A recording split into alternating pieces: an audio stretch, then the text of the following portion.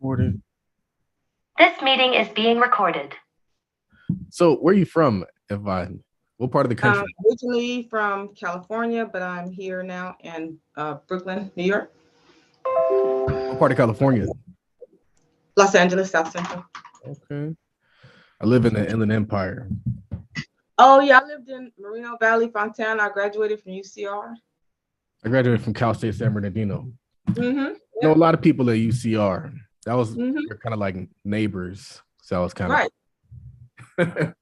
Yeah, so we definitely, hold on, this thing just completely collapsed on me. Let me try to tighten this light up real quick. Oh, no wonder I'm twisting it the wrong way. That would help. Okay, let me see. Come on, twist, twist, twist, and stay for me. Okay. Okay. All right, so we're going to kick it. What's going on, everybody? My name is Charles Oglesby. Welcome to the Millionaire Talk Show. The purpose of this podcast is to share the stories of successful African-American business owners and investors because we want people to know that these people exist. And yeah, so we've been doing this for a long time. I'm not even sure which episode we're on. It's like somewhere north of 200, but we're ramping up. The goal is to bring you guys as much content as possible, as much really, really cool people that you can look up to, you can connect with, you can work with as we humanly can. And today we have Alquincia. Alquincia or Alquincia? Alquincia, perfect. Mm-hmm. Or Alquincia. How do you pronounce your last name? Selolwane. Okay. And you are an AKA from UCR. Mm-hmm. My wife is an AKA. Wow. Shout out to AKAs in the building. Man, but what she's doing is some really cool things. She has a virtual mall and a app development company. So we're definitely going to break down that.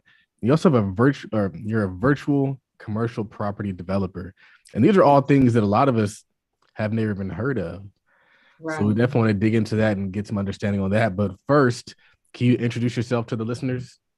Sure, yeah. So my name is Alquincia Selolwane, commonly known and referred to as A Conundrum on social media, primarily Instagram, where I've been for since 2012, distributing information for entrepreneurs and making networks, connecting people, introducing businesses to the masses. To the best of my ability, I am an app developer. As you stated, I have a company called First Generation App Development, and I'm also a virtual commercial property developer. And I currently own and have completely developed the first ever Black Virtual Mall and now the Black Virtual Convention Center, which is the most recent development. Wow. That's really cool because, like I said, a lot of us didn't know this existed. But before we even go there, I'd like to hear your story. What was life like growing up for you? Okay, so we do the long version or the short version? We can do the condensed version. Mm-hmm. So I'm a native of South Central Los Angeles. Grew up, my story is probably in alignment or really common story like a lot of other people. Grew up during the crack era. Both parents were addicted to crack, raised by my grandmother, again, from South Central Los Angeles. So, that pretty much, our story, I would say, has been depicted or sort of highlighted, for the most part. So most of everything that comes with that, right? Then I was a teen mother. My father was murdered when I was 15. I had my son at 16. So I left school at 16. I was on my own for quite a bit. And then I went into more like cocktail waitressing, bartending, things of that nature. And then I worked odd jobs, from 15 all the way up until age 29, where I decided to go to college. So I then enrolled in the Riverside Community College. And then I transferred to UCR, where I got my degree in sociology, my bachelor's in sociology. And then I went on to manage a Fortune 500 franchise, which was my best friend and my sorority sister's franchise, Edible Arrangements. And from there, I really gained the confidence to start my own business. So I already had an entrepreneurial spirit, I would say, and endeavor, didn't necessarily have the confidence to believe that I would be able to be the person who could execute that. And then after successfully managing her company for those 2 years and accomplishing some tremendous feats, I felt more confident to step out on my own. Yeah. So when you were in school, what did you get your degree in? Sociology. Sociology. Yeah, so a minor in law society, but And what made you? What do you? I want to figure out how the best way to ask this question, but it's like you became an AKA also. So what role did that play in your business and your career? well, I think that I was really attracted and attractive to the sorority because you got to remember I was 31.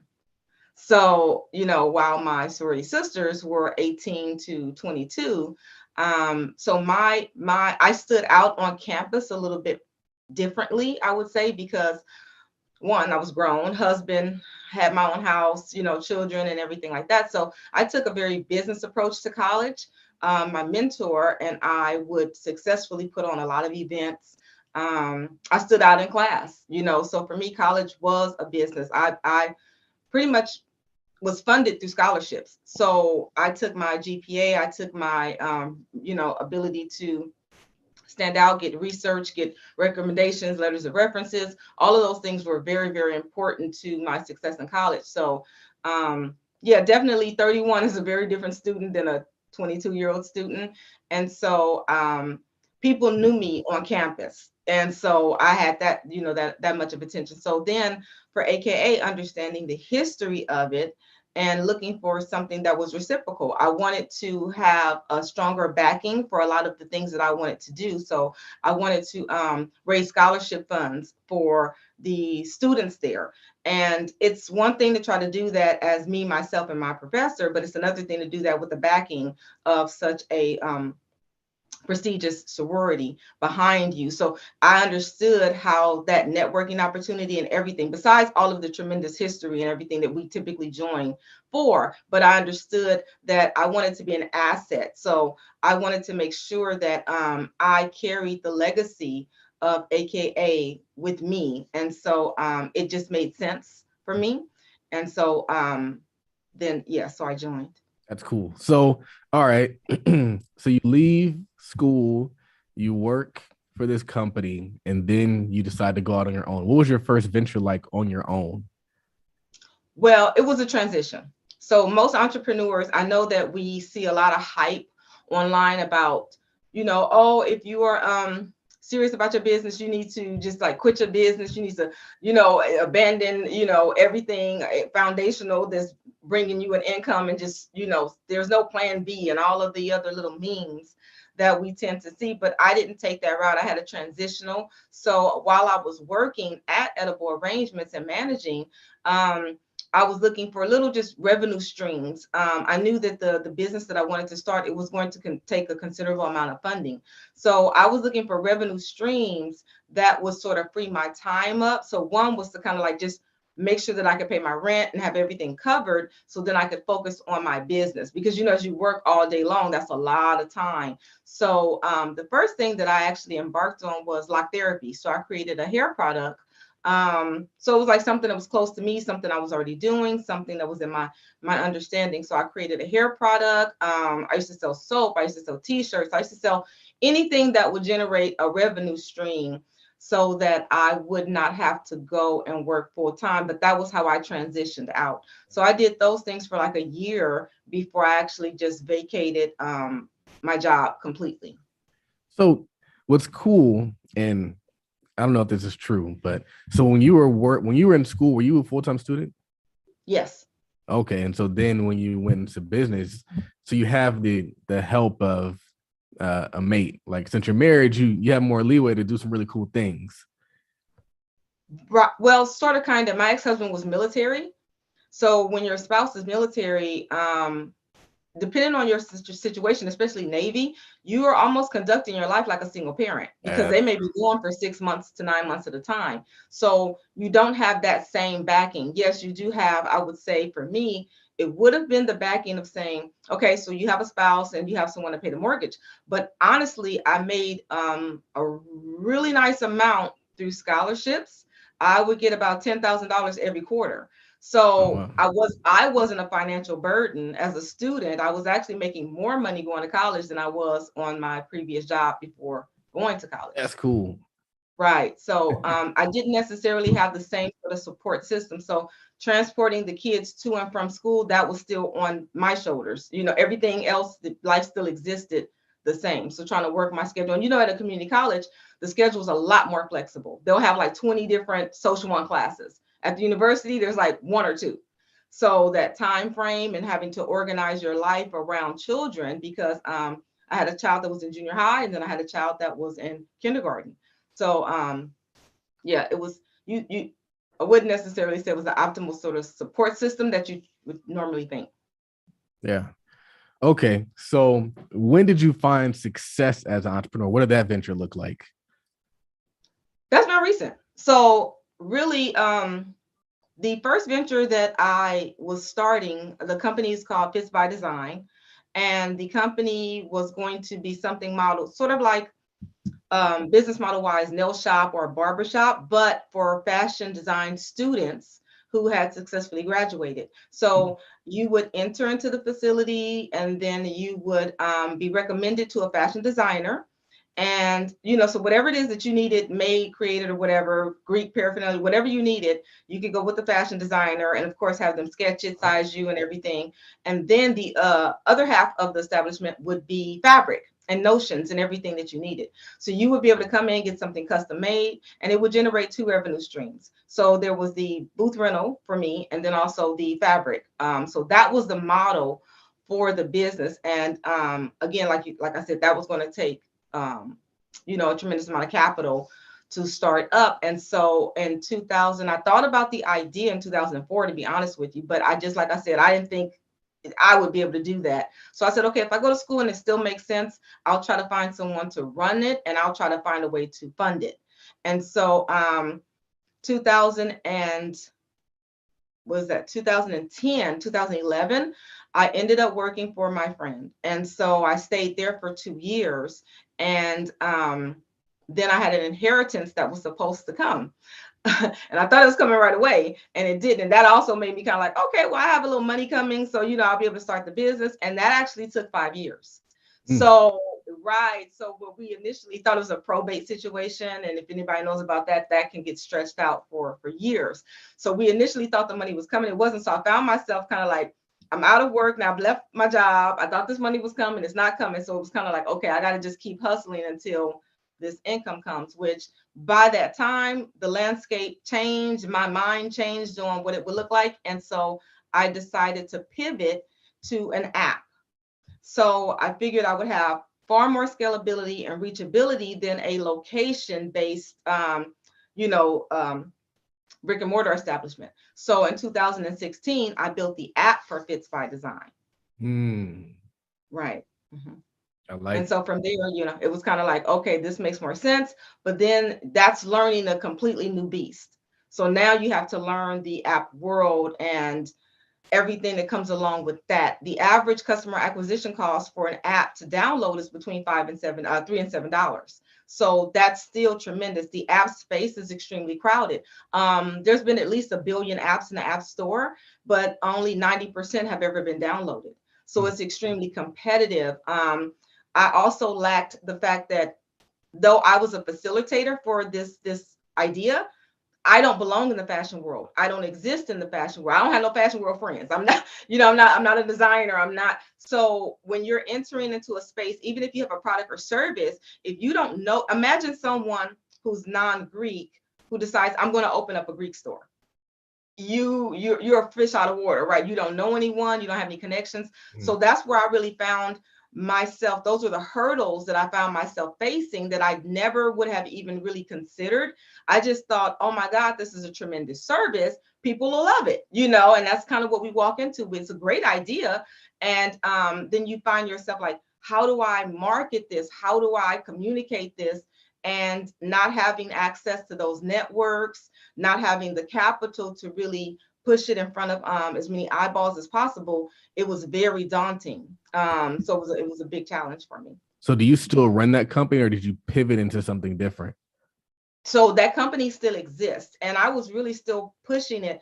When we moved here, I moved here to New York. So I had divorced, I remarried, we moved to New York, and I saw that as being an opportunity. Now my husband, my husband now, that is a different type of support system. Again, I was so used to hustling, just making money, making sure that everything was paid while still trying to focus on building that business.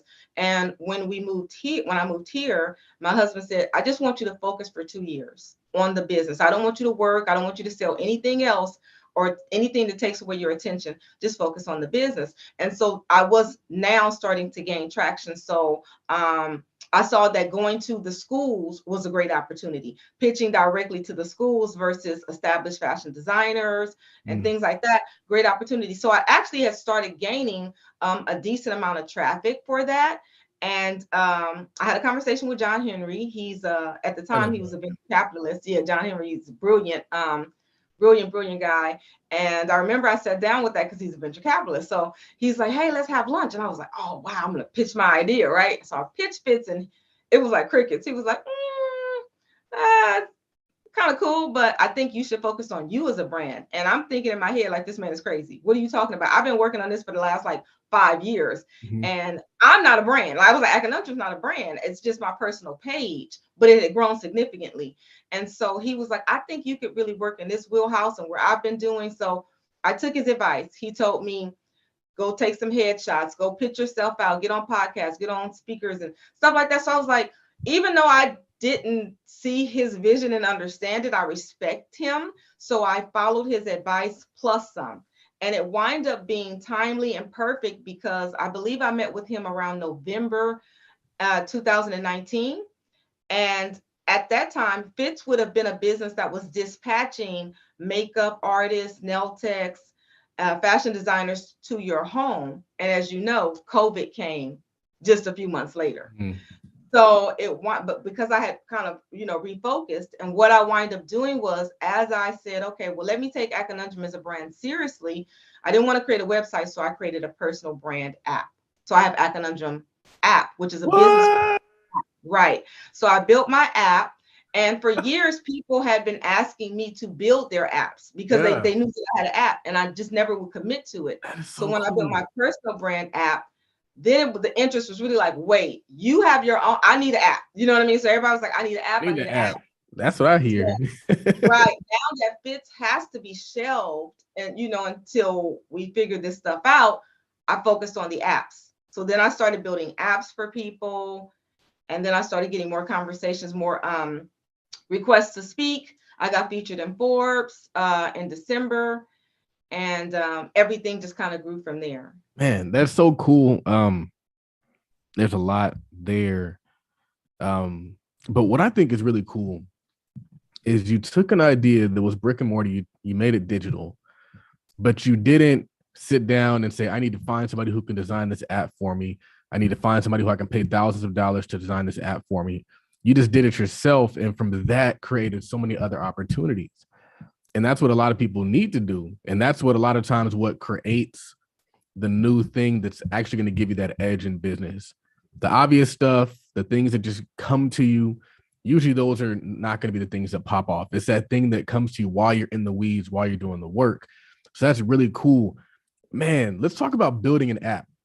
And then we'll get to eventually building your brand app, because that's cool. Where did you start with that? Well, to be honest with you, paying someone thousands of dollars wasn't an option because I was broke.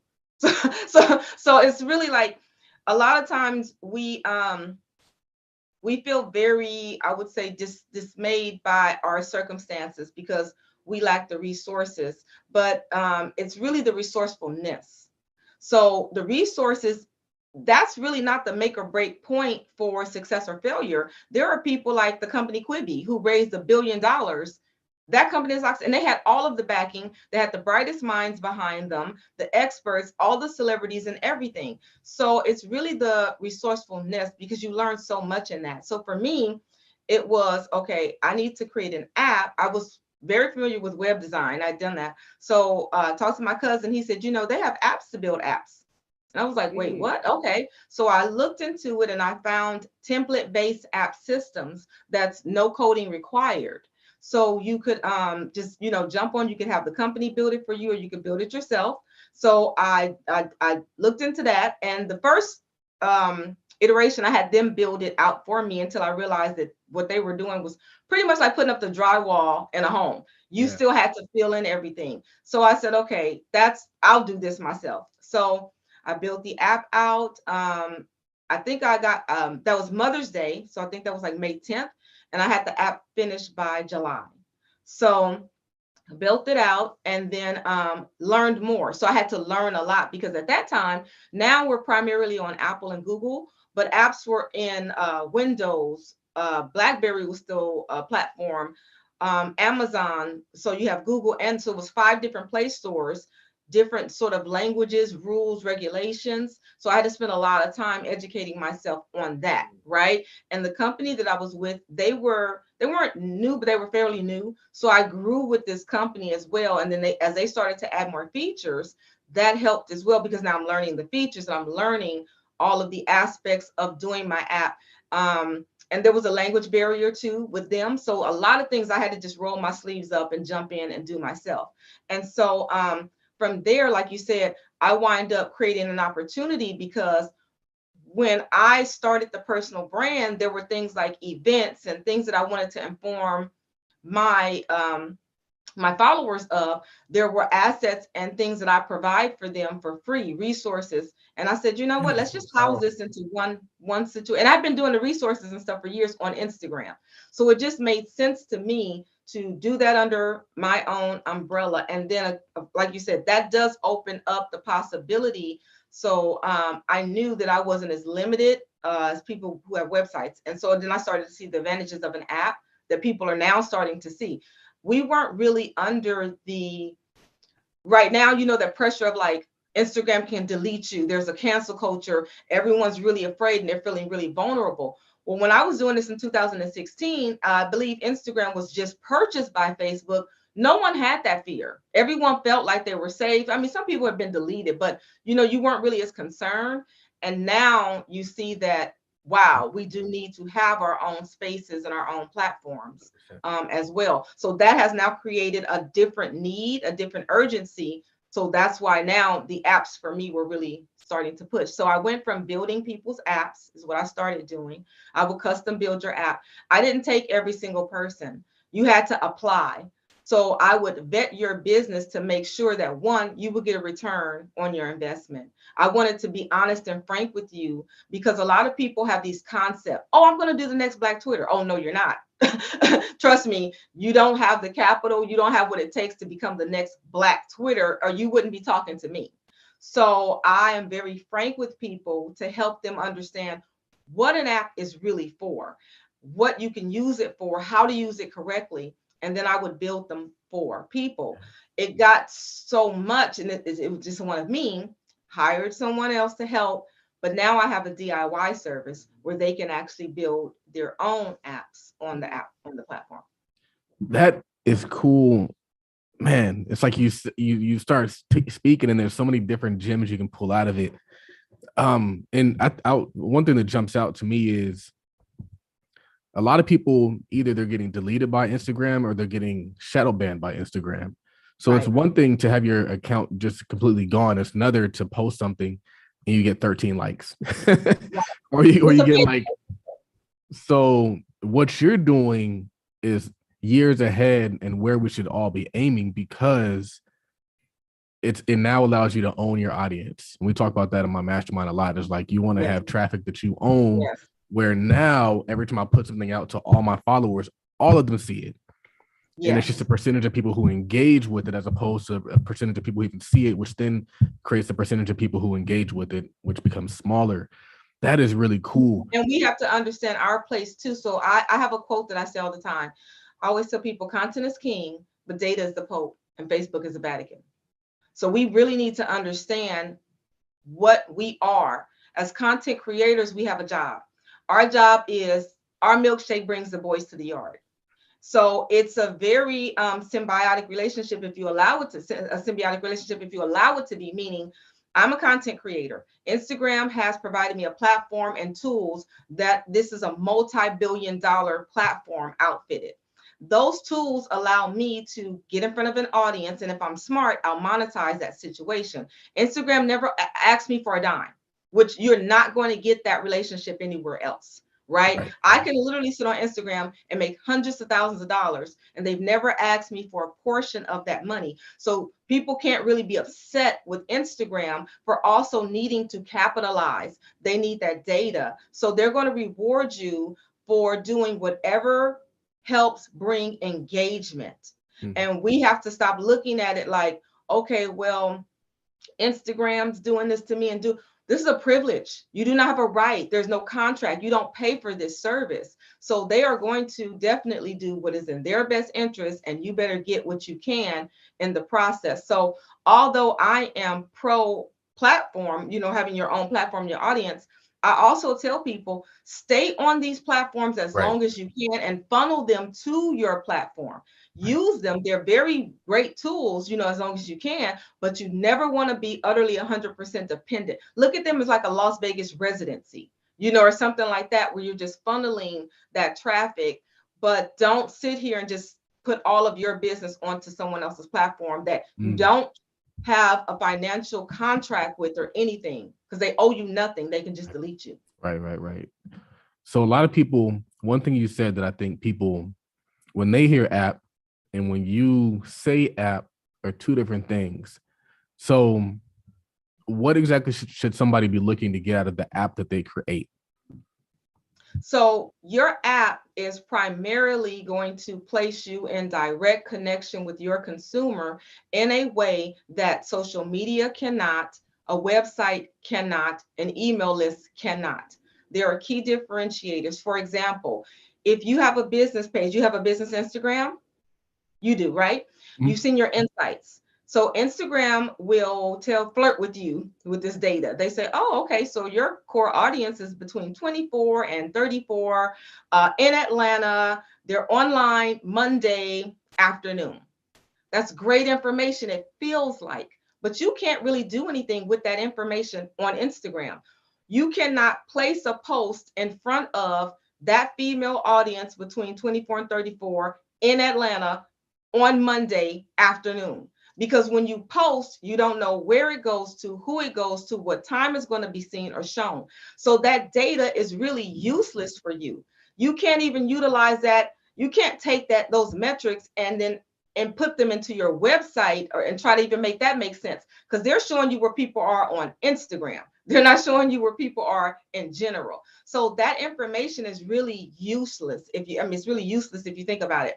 With an app, I can segment my audience. So when people join my app, I ask them, I don't really care about your age. I'm caring about your level of experience in your journey as an entrepreneur. Are you an aspiring entrepreneur, a new entrepreneur, a serial entrepreneur? I want to know if you are in fitness and health and what space you're in. So that way I can place things in front of you that matters. So I can send a push notification directly to my new entrepreneur. So let's suppose I had a free course that was like how to start your business. I'm not going to send that to my seasoned entrepreneurs.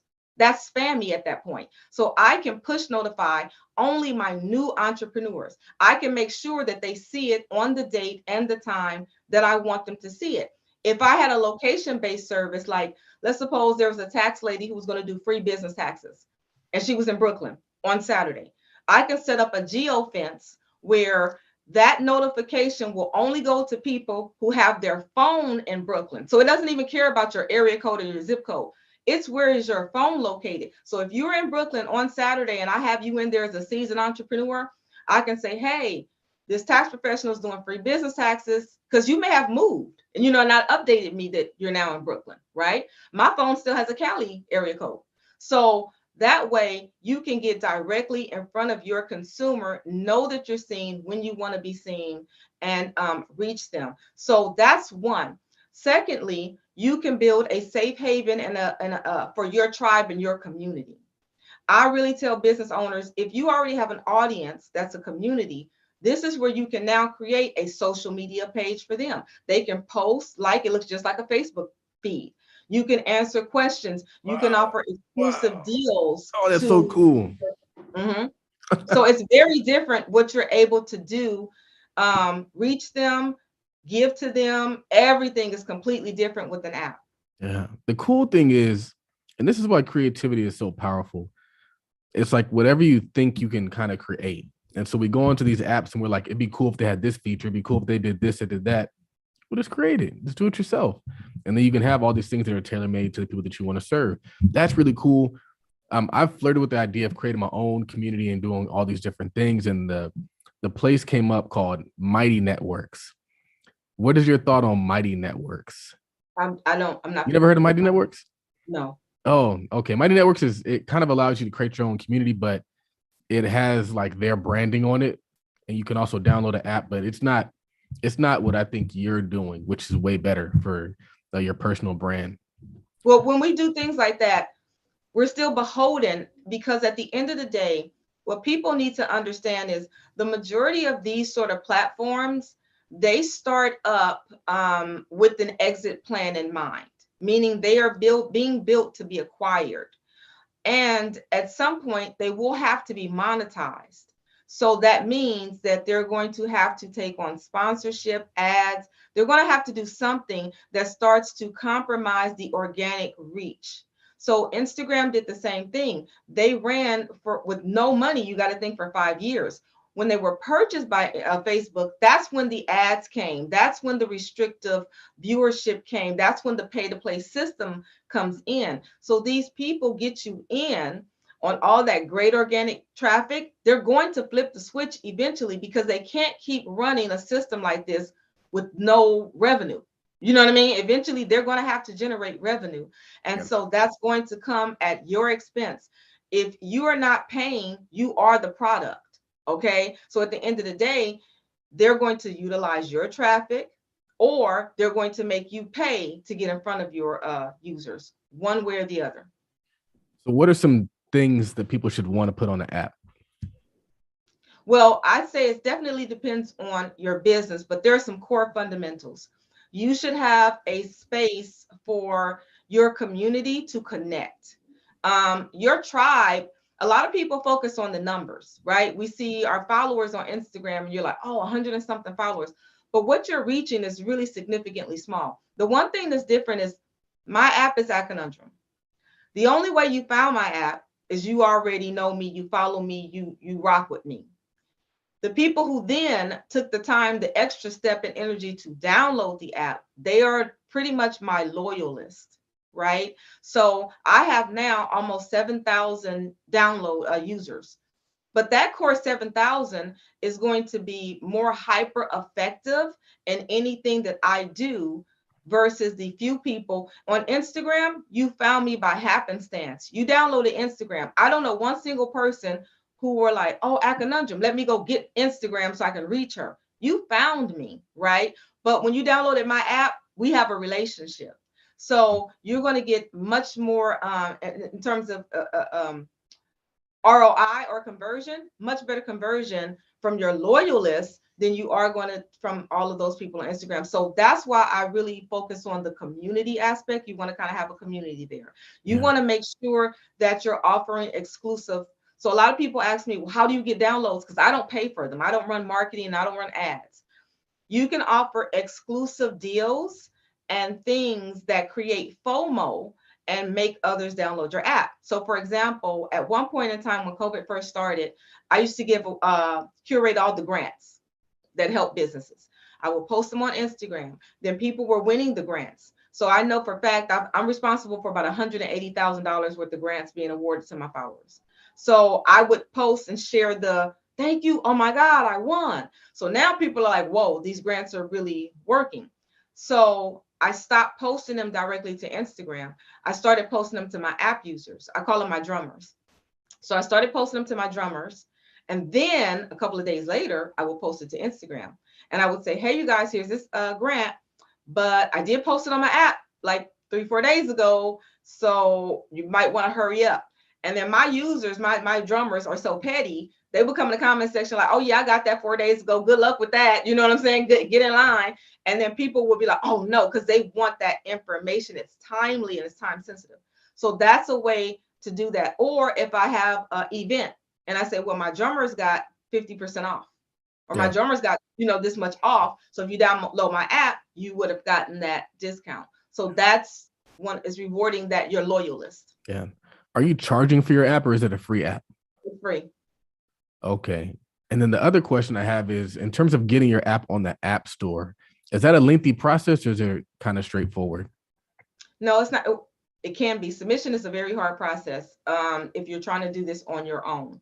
If you're doing it with people who do this, then it's not. Apple and has a lot of regulations, requirements, and things like that. So that's another reason why template-based systems are so much easier for your startup. Templates, we use a universal language. So what we do applies overboard for Google and Apple. When you build a native app, you have to build two apps, an Apple version and a Google version. And when you're building something native, just you can kind of work it how you want. So you may run into a lot of issues unless you have an experienced app designer. So one, you apply. First, you have to become an Apple developer. So you have to apply for an account with Apple. If you're going to use your business name, you have to have a DUNS number, a Duns and Bradstreet, your number. So you have to have that. You have to apply, and that's not hard. It's only $99. It usually takes them about 48 hours to get back to you. Google is the same thing. They're $25. Apple is $99 a year. Google is $25 one time. So once you now are a developer, you can now submit your app. So my company, we submit the app for you. You don't do that part. So we submit. And so any rejections, which you normally get, there's rejections for some of the smallest infractions. It could be just the size of the photo that you're using for the tablet. Like, you know what I mean? It's like, it can be very tedious. But then they have new things that they come up with. And so for right now, if you wanted to build a dating app, you're going to get a no from Apple. They just said, we're done. We have enough dating apps. So I don't care if your dating app is fine, if it's beautiful. So imagine people who go and have this amazing dating app built for like $30,000, $40,000, and it's a hard no from Apple.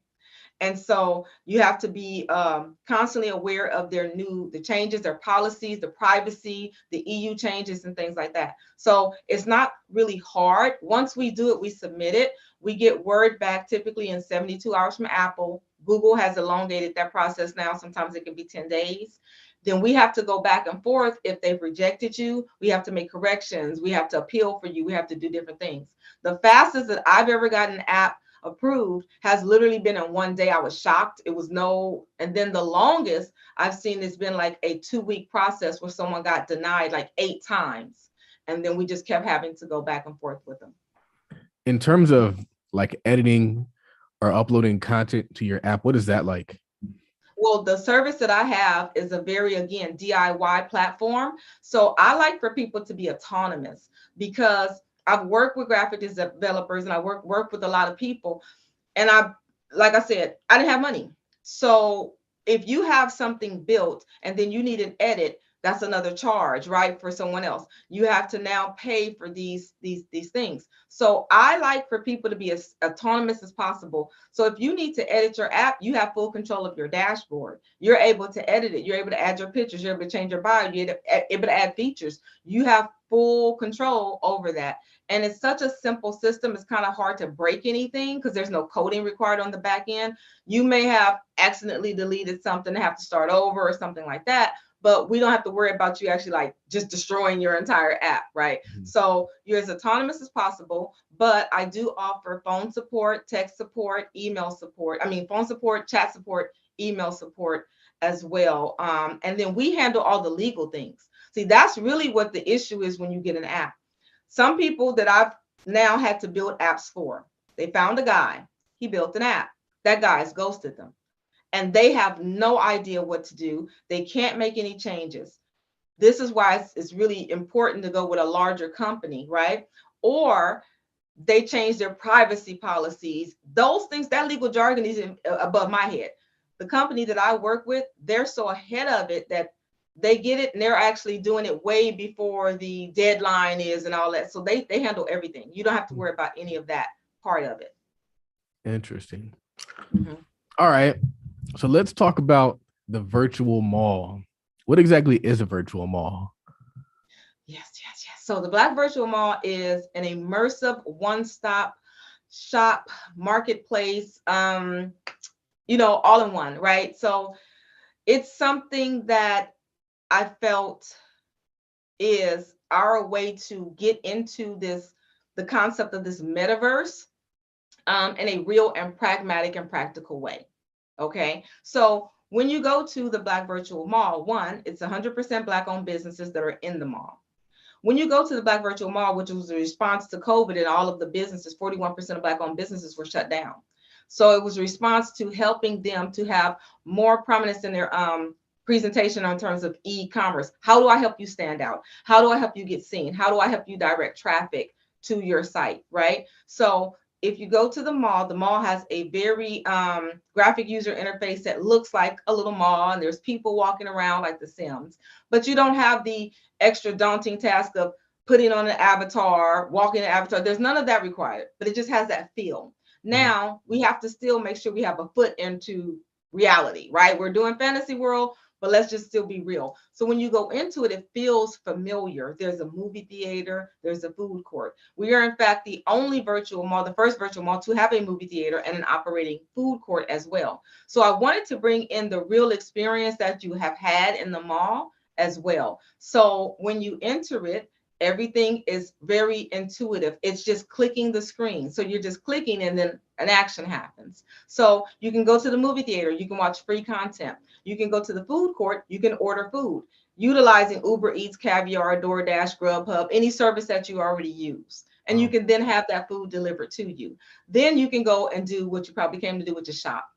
And our kiosks, our stores, and our premium stores and our bookstores look very different than your typical marketplace. So when you go to Amazon, there's no real branding.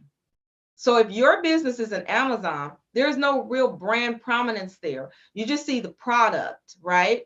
And half of the time, if you shop on Amazon, depending on what you get, you wouldn't even be able to tell the person who you got it from. You just like, oh, I got it from Amazon.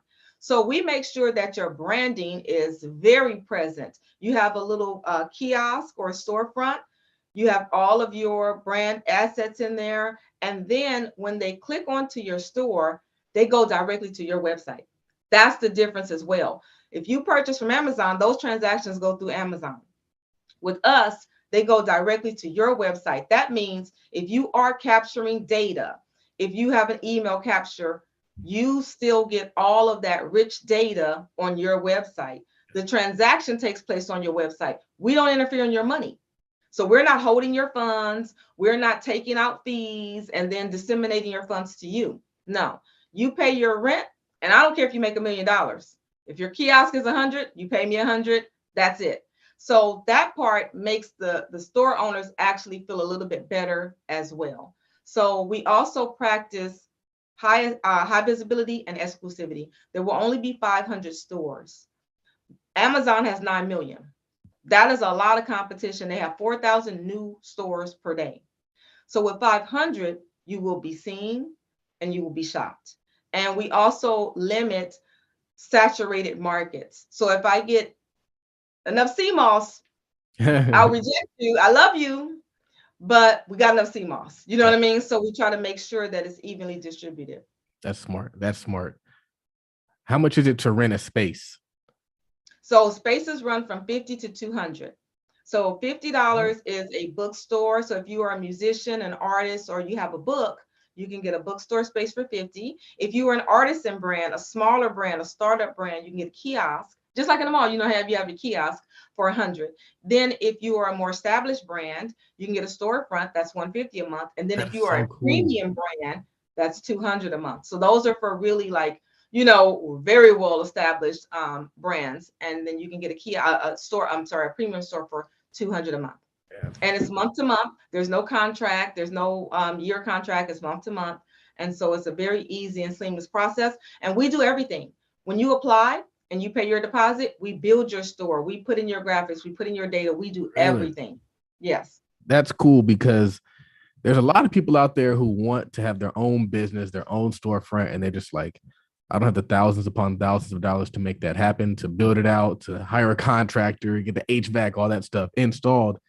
And you're able to do it virtually, which is really cool, which interestingly enough, social media has allowed a lot of us who otherwise wouldn't be able to be in business to be in business. And so now you guys are taking it to the next level. That's really cool. In terms of commercial property development, what kind of projects are you working on besides the mall? So now the recent project that I just completed is the Black Virtual Convention Center. Right. The convention center, like, have you ever been to a virtual event, like one that's not just Zoom, but it actually looks like, they've actually gone all out? And I've seen it. I've never been, but I've seen it, like the Travis Scott concert, or I think Rick Ross did something. Sorry about that. I thought my phone Okay. was off. Yeah.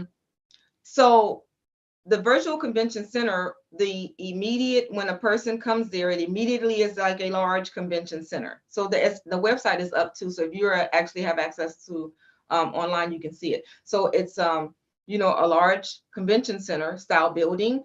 And then there's in the front, there's 10 branding opportunities. So there's 2 large photo opportunities. So if it were you hosting an event, there's placeholders there now that are me, but it would be your company or your speakers or you or whatever, and that would be there. So when you get there, there's actually motion and animation. So the billboard spins around, cars are driving, people are walking, helicopters are flying, birds are flying. So, it has a really nice animation and a real rich animation feel to it.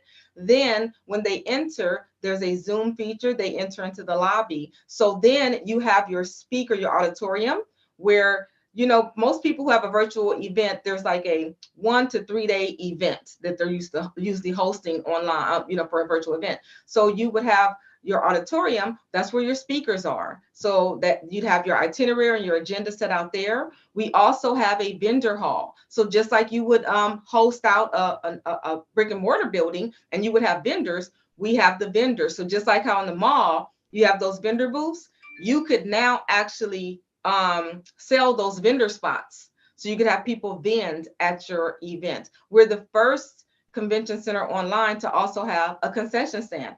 So if you want food to be available, people can order food just like in the mall. And then we have the VIP lounge. We have a 100 capacity video chat room. So if you have breakout time or somewhere you want them to convene, they can do just like how we're doing right now. Your guests can actually talk audio or video if they want. And then I have added something that no one else has. I have a VIP private island. And in the private island, you now can put on your avatar. You will now walk around just like Fortnite, just like Roblox. You can play. We have obstacle course, Jeopardy, Clue. You can play Wheel of Fortune. We have escape rooms. We have beaches. We have private dance facilities with DJs. We have haunted houses. So there's all these different activities that, how you network at a convention. It's like, okay, I've learned all day. I'm tired. But the after hours is where it's really kicking off. That's where you're getting to like start to chill. You hanging out with people, you having fun. So the VIP private island is really for that. And it uses spatial audio, meaning when you're there and you have your little avatar, you can hear right through your computer. You don't need a special headset. You don't need anything. You don't need Oculus glasses. You can hear and you can see. And so now you can actually just have fun. Your name floats above your head. So you don't have to do all of that awkward, hi, I'm Ted from Tata Capital. And you know what I mean? They see your name, they see your company, and then you're able to just kind of relax. It's fun and have a good time. So that's the VIP private island. None of those are add-ons. There's a flat rate for everything. Everything is one flat rate. And so you're now able to host and you can host a hybrid. So let's suppose you have a real event going on in person. You can stream that in live to your virtual audience so that they can see and they can be a part of. And that increases your scalability tremendously. Right. So now if you have people who can't attend for whatever reasons, they can still attend virtually and you get that replay. So the cool part about that part is, if you go somewhere live, if you didn't make it on Friday, you just didn't make it. You didn't see that speaker, that's done. This way you can still see it and you get to host it for 10 days. That is interesting. So you have all these really cool ideas. What else do you want to do? Well, okay. I have a lot of ideas. I actually look for business surrogates a lot of time because I have so many ideas that I think are amazing. Usually if I do a strategy call or if I get on a call with somebody and I think they're a good fit, I'm always trying to pitch them this idea like, hey, this will be a good idea. You should do this. It's something that I want to do, but I just really don't have the time and I'm already stretched. So it's me trying to make sure I edit myself down and focus on things and not just doing every single thing, especially as you start to get more money. Then you're not really limited. You're like, okay, I can hire somebody to go do this and do that. So it's really just me trying to make sure that I stay focused. My main contribution is to, one, make sure that I help people to become as financially autonomous as possible. And that looks like different things for different people. For some people, that's just having the FU money to say, I'm not going to go work this job. I got an extra $2,000 or $3,000 now, or extra 4,000. So that looks like various things to various people. But I try to make sure that I offer the tools and the solutions to give you that sort of autonomy at every point in time. I also try to make sure that we're able to take advantage of things that we're largely priced out of. So when I did my Black Biz Expo last year, that cost me $46,000. I did that on my own. The platform that I'm offering is $10,000. So it's significantly priced cheaper, and the payment available methods that are available. So now we can participate. Even the apps, for me, the apps are $8.99. So this is significantly cheaper than you spending $10,000 or $20,000 to have an app. So it's just me trying to level the playing field for us. Level the playing field. Pricing will definitely hold a lot of people back. So that's really cool. All right. So, man, I was able to ask you a lot of questions. Let me ask you a few quick fire round questions and we'll wrap it up. What is one thing about this space, this whole digital space, that you didn't expect? That I didn't expect? I didn't expect .com part 2. So .com, the .com bubble, I didn't expect for people to rally just like they did in .com part 2. They were right. The people who did the .com bubble, they said when the internet came along in 95 and 97, they invested, they said, oh, the internet is where we're going to shop. It's where we're going to do everything. They were right, but they were 20 years too early. And the metaverse, you're seeing the same exact thing happen. Right. So that's the part that I would have thought. The .com bubble was so recent, I thought we would have learned from that. But for me to see these large companies that are actually doing the same, repeating the same process, that I didn't expect. Yeah. What's the biggest challenge facing you in your current, role in the business? I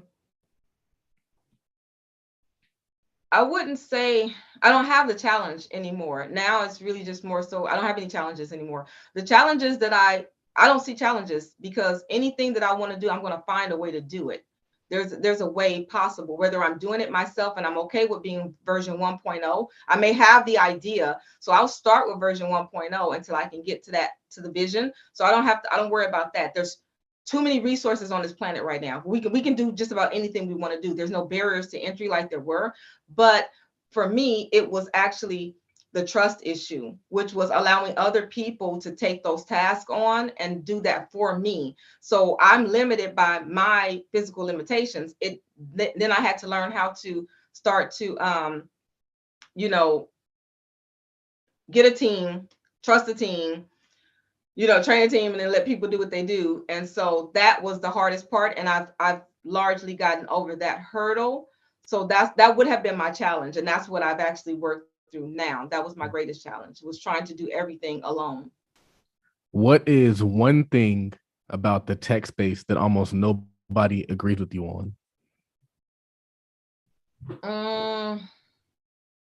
I wouldn't say that they don't agree, but I'd say that I get called into question a lot that I don't require Oculus to experience the virtual mall and the virtual convention center. That is the only resistance that I keep seeing. People are asking me, why aren't you using Oculus? Why aren't you using Oculus? And so my answer to them is that, one, Oculus, the same way that smartphones had to be in the hands of just about everyone for Uber to be successful, Oculus is the same way.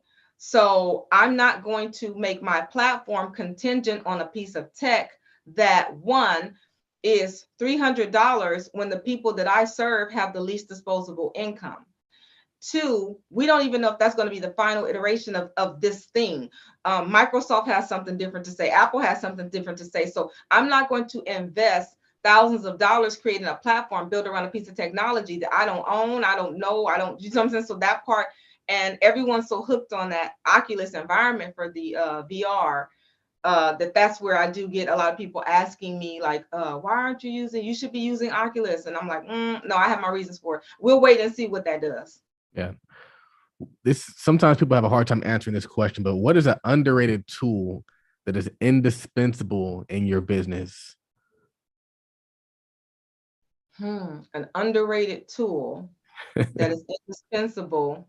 Or just a tool in general. It doesn't have to be underrated. Like, what's something that you couldn't go a day without?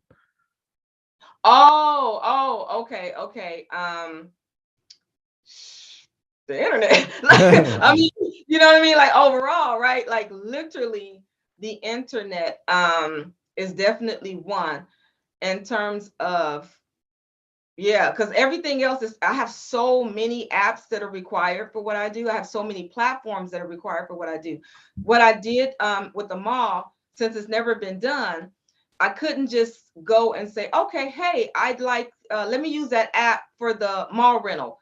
I had to take 4 apps and combine them to make my platform function. I had to reach out to the companies and say, I know that your subscription company largely is focused on like products, like coffee subscription boxes, but I'm collecting rent. They were like, wait, rent? What do you mean? So I need to change some of the back language to make it make sense for my company. So I'm doing something that I literally had to rig up 4 or 5 different things to make it work. So yeah, so there's so many different components that yeah, now I am looking to streamline that. So meaning I may have to create a system for myself, but until that point, I just had to kind of daisy chain things together to make them work for me. That's cool. What's your favorite business book? I like people. So it's not really a book. It's one of my favorite and most inspiring things that I've watched repeatedly is on the History Channel, and it's called The Men Who Built America. And it goes through all of the industry titans during the revolutionary, what Lord, I said the revolutionary. It goes through who's there. So you have Rockefeller, of course, industry. You have Carnegie in oil. You have Carnegie steel. You have Vanderbilt Railroad. You have J.P. Morgan in banking, and then you have Ford in cars. And it goes through the entire journey from around 1865 up until Ford. And it's just, to me, one of the most inspiring documentaries, and to really see that change for the Industrial Revolution. So that's one of the things that I actually really watched a lot, because you get to see the origin stories for those businesses, how they came about. Those are things that I do. I watch documentaries on entrepreneurs more than anything, because the practices, they change. The models change. Like advertising looks very different from advertising. So if you're reading a book on advertising today written by somebody 10 years ago, that information is probably largely not as antiquated. I really study the basics. I've already done that part. I have all the core on that. But for me, it's the entrepreneur journey that I get the most wealth from. I like to see, how did they overcome obstacles? What are things that they were facing that even when they got to be, multi-million-dollar and billion-dollar companies, to see the obstacles that they were still, challenges that they were still facing, and what made them fail. I get more wealth out of the failure stories than just the success stories. So I like to study the actual entrepreneur more than a book about their methods and how to do anything. I like it. I like it a lot, because usually their life is the culmination of a lot of different pieces of information, not just one piece of information. Right. And so for me, like I said, I do watch, I pay attention to skill things like, okay, how do you run Facebook ads, right? And so I don't have to read a whole book on that. That's just something that I can just learn real quick. But people are my books. Yeah. Wow. Last question is, what does wealth mean to you? Wealth to me is the ability to pursue your dreams, to manifest what it is that you want in terms of your legacy or your vision. It's actually the ability to execute that. So sometimes that can show up in intellectual wealth. Sometimes that can show up in financial wealth. Sometimes that shows up in health wealth, meaning you can have a lot of money, but be completely incapacitated and still cannot manifest your dream. You can have all the health in the world, but lack the resources, right? So to me, it's a combination of those things, just having the ability. So me getting able to wake up in the morning, have all my faculties about me, right? Being able to be here with you, be cognizant, to be aware and alert, and then be able to learn the things, having the capacity to learn, and then the emotional fortitude to go forth and actually see that through and do that. That to me is wealth, because everything else can come from that.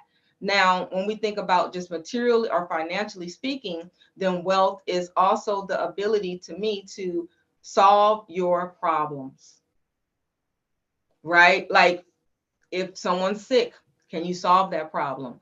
Can you, whatever it is that you have as a problem that's facing you, is to have that ability to solve that and not really have to think about it. And I've been there. I've been there where that focal point was everything was so, okay, it's $50. You knew the cost of everything. You knew this, you knew that. Now, if my mother says, hey, I want to go get this or fly, and I can just say, okay, go get that, I can solve that problem.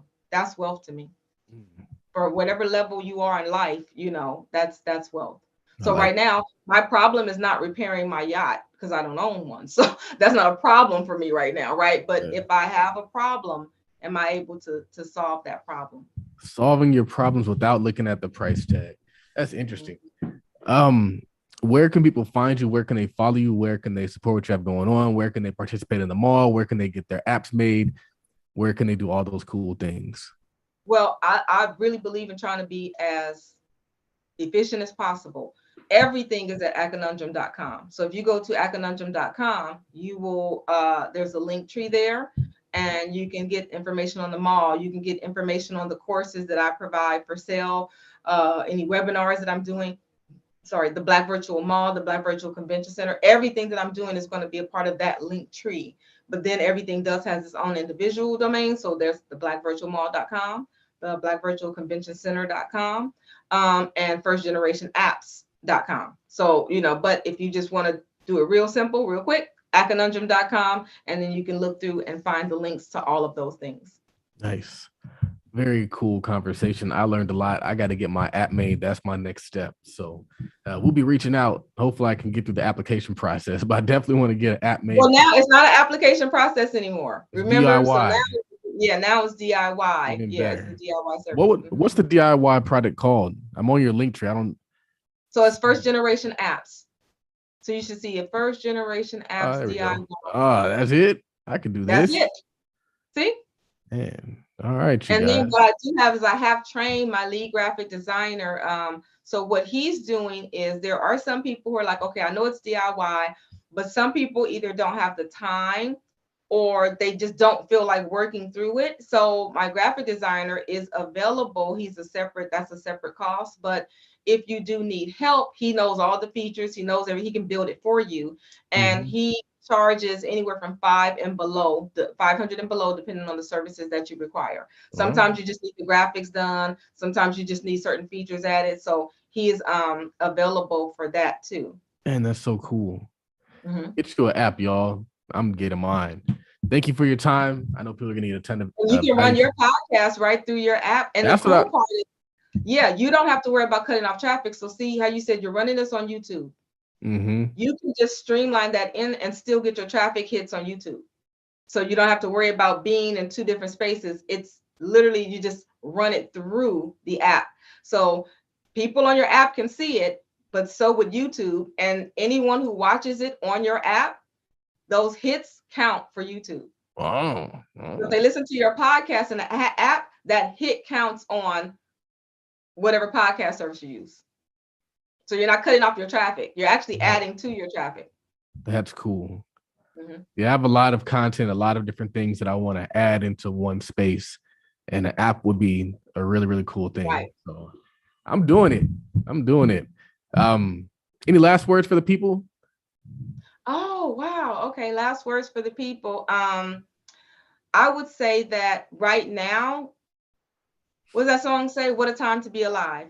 We are in an era and a time. This is the best time if you're an entrepreneur ever to be alive. You have just about every resource available to you at your fingertips. The barriers to entry that used to hold us out and stop us from participating, they're not existing in the same way. Just 25 years ago, you couldn't simply open up an online store and take MasterCard payments or Discovery payments. You had to apply, you had to have a credit check run on you. You had to, so there were things that you had to do. Shopify, you can open up a store and take every payment method immediately. So it's like you really don't, all you have to do is ask. You have to just get online and ask, what is this? What is that? And then do the research and educate yourself.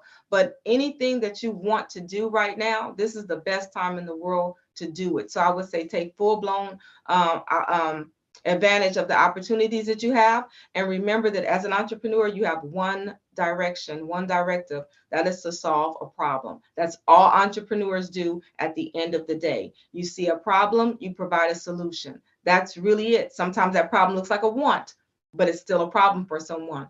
That's your entire goal. If you focus on that, being a solutionist, you will make money. Wow. Great conversation, you guys. Of course, click the links in the bio for all of our courses and content. Make sure you support us what we have going on. Like, share, subscribe, hit the notification bell because I do these sporadically, so you never know.